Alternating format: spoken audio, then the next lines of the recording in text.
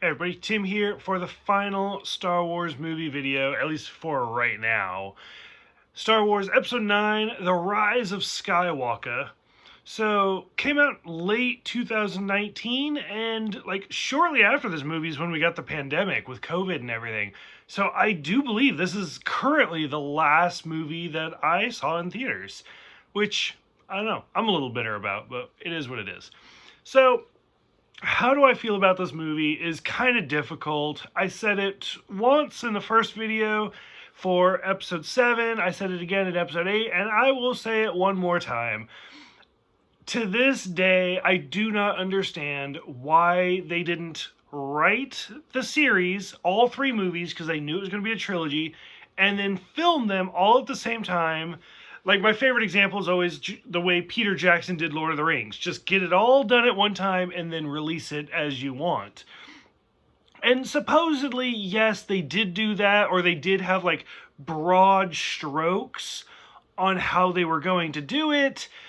But JJ had dropped out of doing episode 8, and he went off, did something else. And it, just threw a wrench into everything. And then somebody else was supposed to do episode 9, but then he backed out. And then so JJ came back to direct episode 9. And so this trilogy just has this weird feeling. You can literally watch this, trilogy, and you can tell. You're like, why does it feel like the production is fighting itself? Because, 7 and 9 feel connected, but then 8's by itself. And literally every movie just says, fuck you to the movie before it. So, the big example is Rey's parents. So, if you watch episode 7, it really sets up, oh, Rey's parents are mysterious. And you're like, okay, I mean, we got a trilogy, go for it. Set it up, but don't give any answers. That's fine. Episode 8, when Rian Johnson came, he's like, fuck that, it's dumb. Rey's parents are nobody, we don't care. And it's like, oh, okay, that was interesting. And then JJ comes back and he's like, no. Rey's parents are interesting. They're Palpatines. And you're like, wait, what? So, it's this weird roller coaster of emotion where you're like, oh, what is happening right now? So, I mean, it is kind of interesting, but every movie, you're just like, wait, what?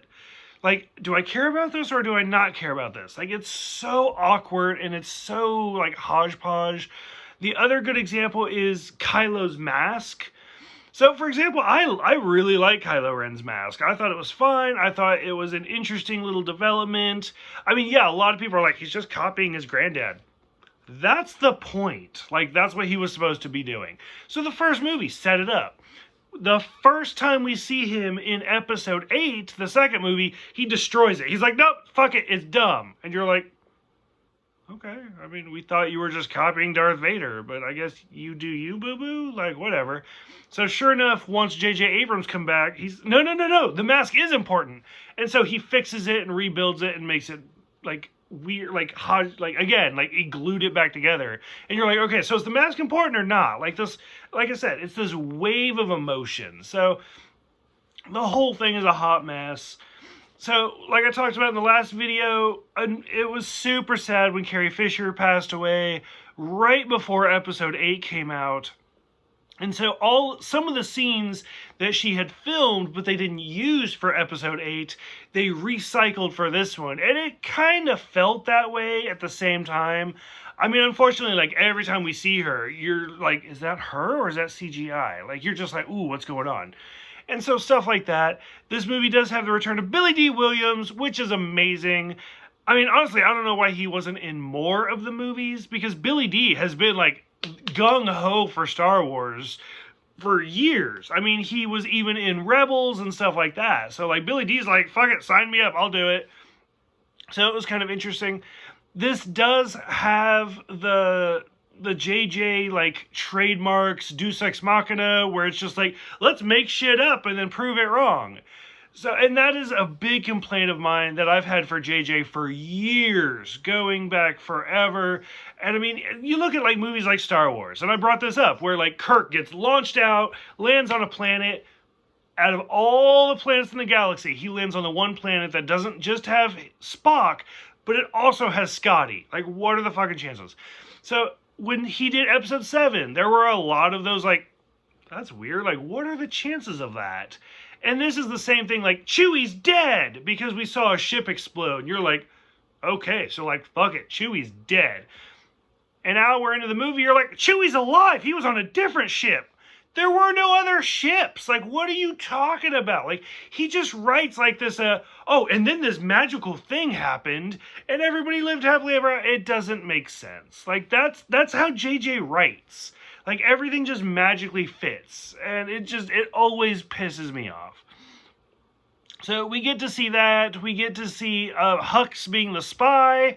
Fuck it, who cares? Like, again, that's one of the Band-Aid... This movie has so many Band-Aid fixes to fix episode 8 that it just distracts from the entire thing. Like, if he had just done episode 8 and everything flowed, this movie could have been perfect. This could have been a really, really well done movie. Instead, it's just fixing episode 7, like this entire thing. Seeing things like the Death Star wreckage was actually bitchin'. Like, it was actually pretty good. I did really enjoy it. Han, why? Like, other than because, like, I mean, Luke's already dead, and Carrie Fisher had passed away in real life, but, like, other than that, why is Han in this? Like, it just seemed really odd. Ghost Luke was kind of cool, like, seeing the blue. I hate the whole teleportation thing. Like, this, again, takes, like, the whole, which they had set up in the last movie, where why can Rey and Kylo Ren like see each other, and now they can actually like teleport things to each other. Just seemed really weird and awkward. Wedge Antilles comes back, played by Obi-Wan Kenobi's, what is it, uncle? I think it's his uncle in real life, who has not been in Star Wars since episode 6. So that was pretty awesome. I really, really liked that. It's been like 50 years, so that was cool. When Rey's going through her thing with Palpatine, we get lots of, like, famous actors coming in. Like, we hear Anakin, Illuminara, Ahsoka, Mace Windu, Obi-Wan Kenobi. Both, like, the old Obi-Wan Kenobi, like Alec Guinness Obi-Wan, and the young Obi-Wan, like Ewan McGregor, Yoda, Kanan from Rebels, Qui-Gon Jinn, Luke Skywalker. All these Jedis, like, just poof, poof, poof, poof. We get to hear them. So, ever since the series started, everybody wanted Finn to hook up with, not Rose, because, I mean, that's stupid, who cares? But with Poe, Finn, everybody wanted Everybody wanted Finn and Poe, their relationship could be Pin, together. It never happened. I want to say Oscar Isaacs, who plays Poe, was like, yeah, fuck it, let's do it. But they didn't do it. Instead, we get this 10-second, less than 10-second lesbian kiss, and you're like, oh, that's the LGBT, like, representation. And cut. So, I don't know. Personally, I think they could have been together. It would have been fine.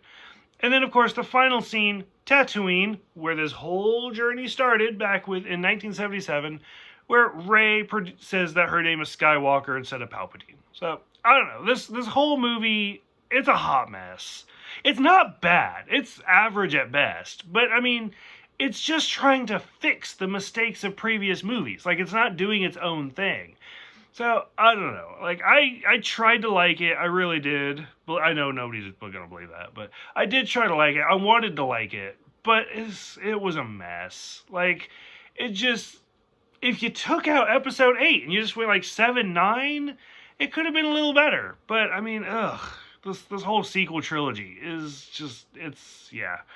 That's all I got, really. I'm sorry. But for those who have seen it, what did you guys think? I mean, if you liked it, more power to you. I will not gatekeep. I know a lot of people loved it. I know a lot of people hated it. And then I'm just kind of in the middle. So what did people like about it? Go ahead. Let me know. Let's keep this positive. So what did you like about it? Thank you guys for watching. Thank you for subscribing.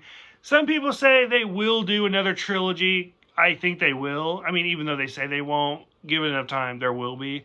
So what did you guys think? Go ahead, let me know. I will see you guys next time.